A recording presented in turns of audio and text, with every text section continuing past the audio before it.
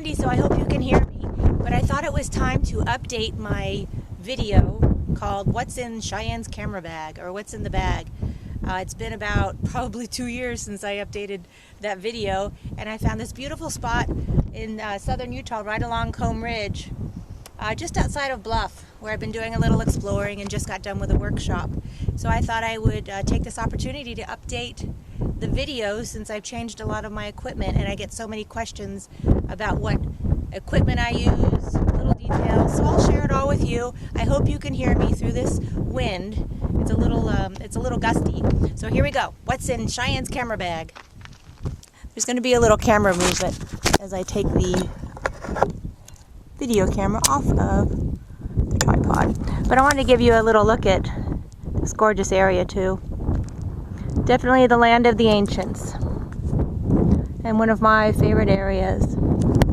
Okay, let's get to it. Anyway, let me talk about tripods first. This is a newer tripod. Sorry for a little camera shake there. A newer tripod that I have been using. It's for when I'm using a heavier lens. This is my Manfrotto with the ball head, and I live and die by ball heads. I tell so many of my students who have the tripod with all the knobs and handles and all that, get a ball head. You move one little knob right here, you got quick release plates, bam, you're done. And it's the way to go. So this is kind of a heavy duty one that I've been using. My everyday, or most used tripod is my Rigid. It's very lightweight. It's very dirty right now. I've been crawling around through ruins and red dirt, so everything's pretty dirty.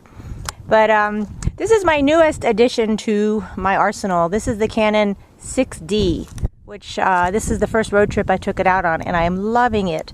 Full frame. I was a crop sensor for many years, so this is my new baby. And the other new baby, I've gotten a couple new babies, by the way. This is the Canon 8-15 lens, which I really love. I keep it on my 60 as well as the 60D, which is the crop sensor. So if I'm looking for something wide but not too much distortion. And of course, with this being full frame, I get the full fisheye effect, or just a little distortion, which I'm fine with sometimes. But I also have two 60Ds as my backups, one of which I may send off to be converted to infrared, but I still haven't decided on that. So anyway, this is my Rigid tripod, pretty lightweight, sometimes a little too lightweight in the big wind, so that's when I use the heavier weight one, or you can just kind of hang something here in your camera bag or whatever. I always have my cable release, never leave home without it. Let's see, my Tamarack, I use the kind of the squishy straps on my cameras. I mean, not like I ever have them around my neck or anything, but I don't know, I just do that. It's been something I've done for years, so I have them on all my cameras. And I kind of do it on different colors, like the blue on the 60D, so I know just visually really quick that that's what that is, and black on the big bad boy 6D with the Canon. Okay, to the back of my messy little Subaru. Very, very dusty. So I hope I can see here. Let's see. Oh, and here's one of the 60Ds. So this is the one that I take out on the road with me. Cable release, always attached. There's the blue strap. Bam. Really easy. I keep that in a separate camera bag too, because my Tamarack gets very... And this is a Tamarack backpack that I've had for years. I don't actually put this on my back to go out in the field, because it's just, for me, it's just a little bit too boxy and doesn't feel comfortable. So I just store all of my stuff in here while I'm on the road, and of course at home. And that wind seems to be picking up a little. So anyway, here goes the tour. So of course this is where my 6D goes, or whatever, and all sorts of little things, glasses, a little flashlight that you wind up just in case there's no batteries around, another little flashlight. Oh, and you'll get a kick out of this.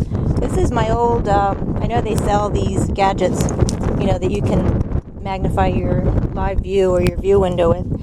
And they're probably like $100. Well, I have fashioned my old slide loop from my slide days into a loop.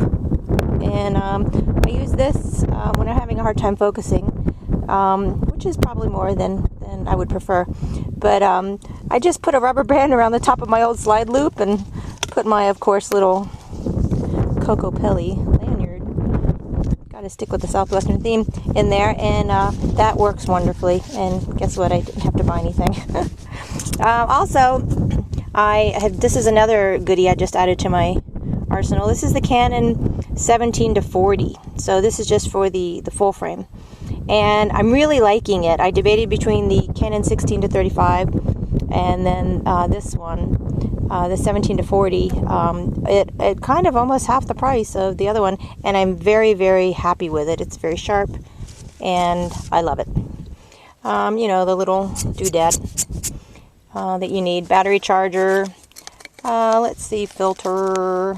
I don't use many filters at all, if any.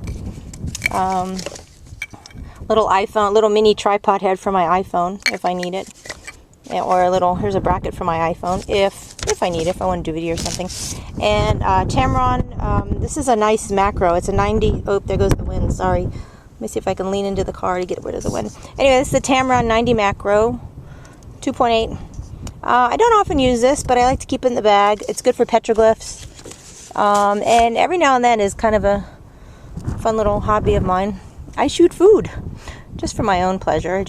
Sometimes I'll set up a little studio in my garage, and it's just completely different than shooting in the Southwest, and it's controls, precision, etc.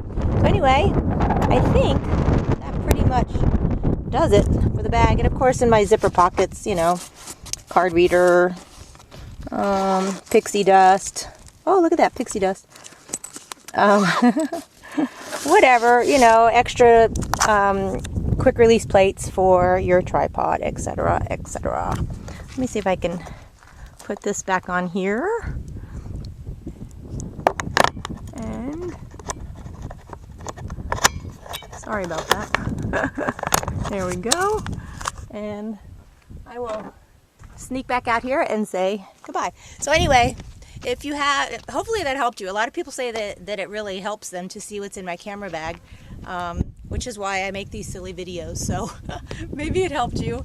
And if not, feel free to ask me a question on Facebook, Cheyenne L. Rouse on Facebook, and or go to my blog, CheyenneRouse.com. And feel free to ask me questions. Anyway, or go there and check out workshops. I have lots of workshops. HDR classes, etc., etc. So anyway, get out there and shoot. Don't make excuses. Just do it. And get to some amazing places like this. See ya. And I would be remiss and very upset that I forgot to include my favorite lens in the video. I don't know how I did that. I think I was trying to rush along so I didn't bore you people for too long. But this is my Pride and Joy Canon 70-200. This is the 2.8. I have had that lens for probably 17 or 18 years, and it is still sharp as a tack. And back to about how I carry my cameras out in the field. Sometimes, depending on how far I'm going, if I'm not going too far, I just use this little Tamrac bag and put my camera usually on the tripod, and then put the other goodies in there. If I'm going far, I have a little Tamrac backpack I use too. And pretty much I only use Tamrac backpacks for in the field, and I use some Think Tank camera bags too. Like when I'm traveling, I have a wheel bag, and it's really helpful. So anyway, I just wanted to add that as a postscript because I would be remiss not to include that awesome baby. Anyway, get out there and shoot. Thanks. Bye.